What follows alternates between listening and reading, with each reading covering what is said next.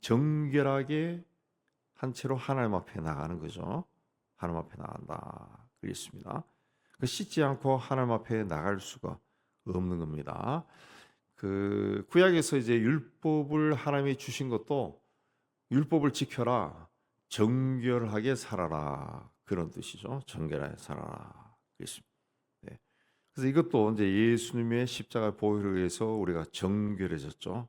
그래서 하나님 앞에 나가는 겁니다. 이 물두멍이라고 하는 그 하나님 앞에 나갈 때 손과 발을 씻는 그 전통은 우리 개신교에는 없지만 아직도 구교에는 그 남아 있습니다. 구교나 개신교도 그 전통을 중요하게 여기는 그 개신교들은 예배당 입구에 그 이 손을 씻는 곳이 있어요. 손을 씻는 곳이 있습니다. 이제 이런 전통이 이제 요즘은 이제 손만 씻죠. 카톨릭이나 뭐 정교회나 성공회 같은 경우는 예배당 들어갈 때 손을 이렇게 적시고 간단하게 합니다. 간단하게. 어떤 유럽의 어떤 교회 가면은 약간 크게 돼 있는 곳도 있어요. 근데 이게 이제 그 이슬람이 기독교 성경을 뺏긴 거거든요. 뺏긴 코란 자체가. 그 이슬람 교도들은 이걸 아주 철저하게 지키죠. 그래서 자기들 사원에 들어가기 전에 바깥에 수도가 있어서 거기서 손과 발을 씻고 들어갑니다. 씻고 들어. 예. 이런 것들이 제가 이제 개인적으로 생각할 때는 교회에도 이 남아 있는 것이 좋지 않을까. 뭐 예수님에 의해서 다 씻음 받았지만은 왜냐하면은 이 사람이라는 것은 굉장히 망각의 동물이야. 잘 잊어버립니다. 예. 그런데 그 예배당에 들어가기 전에 이 손을 씻는 곳이 있으면은 그리고 반드시 씻어야 된다라는 것을 계속 학습을 하면은 왜 씻어야 하느냐 가르쳐주고 학습하면은 이 하나님 앞에 나갈 때 이 정결해져야 된다라는 의미를 그때마다 새길 것 같아요. 새길 것 같습니다. 근데 우리는 그거 없기 때문에 성경 읽을 때 이게 무슨 뜻인가 해서 이제 성직자가 가르쳐 주지 않으면 모른다는 거죠. 모른다는.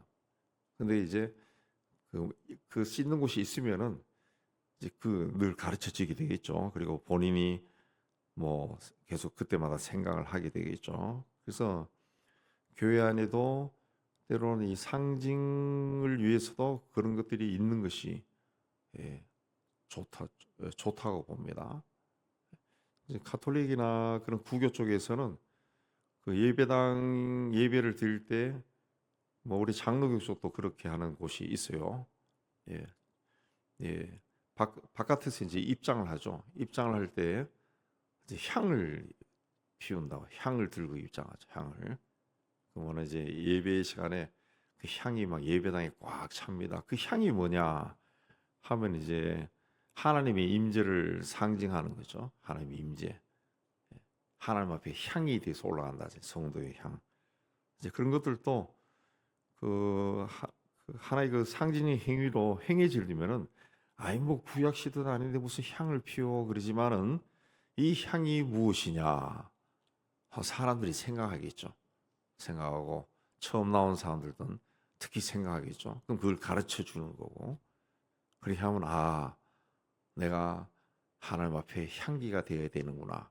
그걸 생각한다.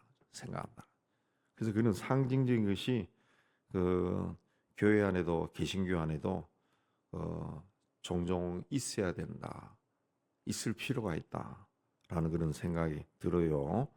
왜 그러냐면은 우리 개신교회들이 너무 이렇게 자유로워져 버리니까 그러니까 자기가 하나님을 믿는지 하나님이 나를 믿는지 모를 정도로 자기 마음대로 신앙생활 그렇다고 성경을 열심히 공부해서 하는 것도 아니고 자기 생각대로만 하나님 믿는 거예요.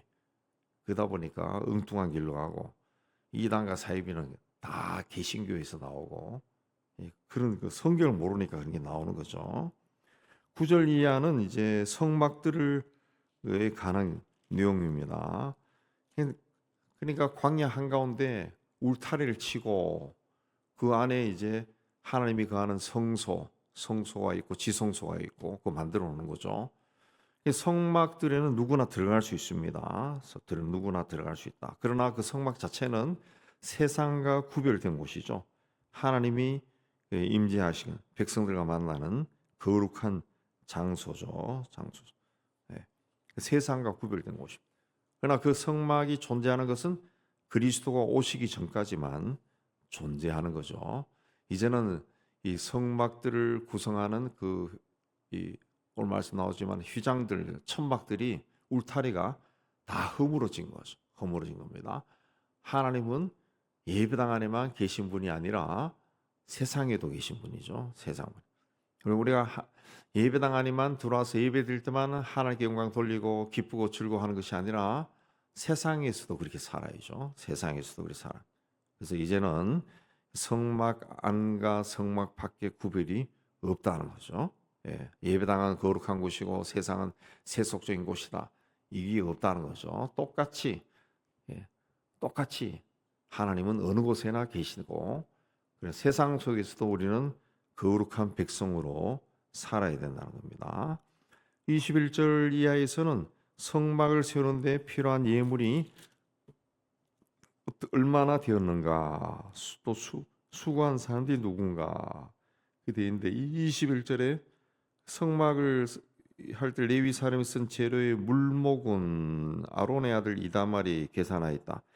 물목이란 말은 명세서입니다. 명세서, 물건의 목록 그렇게 되는 겁니다. 물건의 목록.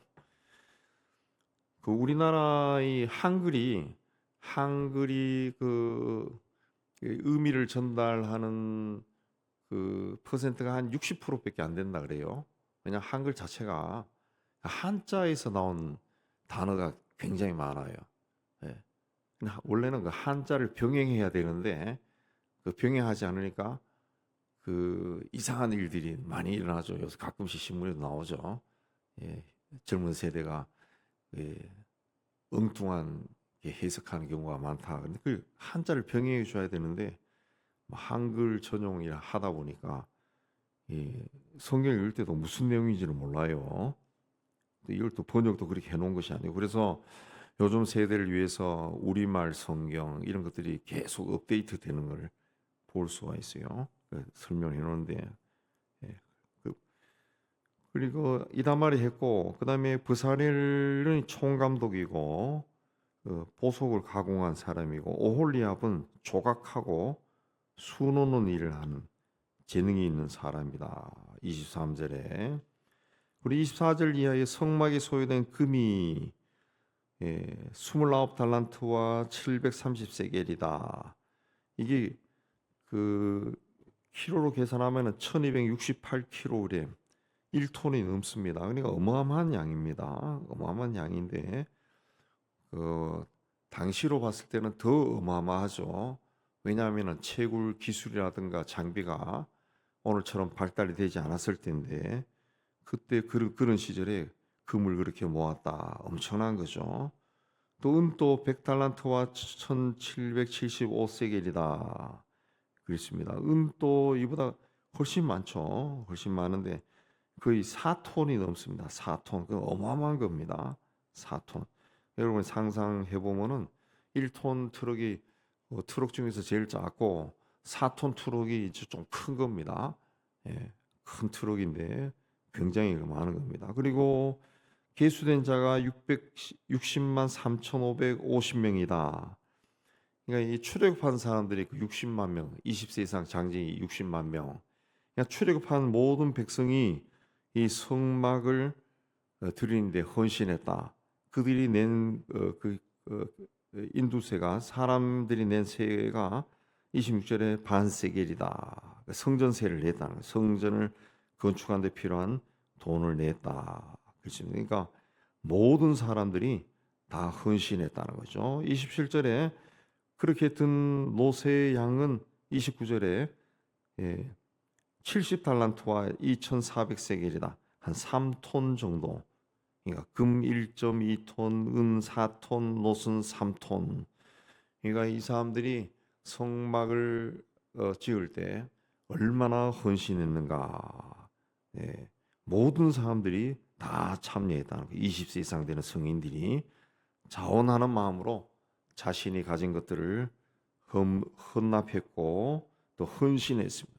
그걸 통해 가지고 성막이 건축돼 하나님이 백성들과 만나는 성막이 건축되었다. 그랬습니다. 건축되었다. 이게 이제 그 발달하면 이제 성전이 되는 거죠. 성전이 되고 성령이 세상에 강림하신 후에는 이 성전이 우리라 그랬어요. 사람의 몸이다. 우리의 몸이 하나님의 영이 거하시는 성전이다. 그랬습니다. 그렇습니다. 그러니까 그 제일 처음 이제 하나님이 거하시는 이 성전인 이 성막을 짓기 위해 이렇게 전 국민이 헌신하고 헌금하고 헌물했다는 거죠. 예, 아주 수고와 정성을 다 바쳐서 하나님이 거하시는 곳을 만들었다. 그럼 오늘날 성령 하나님이 우리 안에 거하시는데 그럼 우리의 몸을 우리 삶 자체를 어떻게 해야 되느냐? 정말 수고와 정성을 다해서 우리의 하나님이 거하시는 우리의 삶을 다듬어야죠.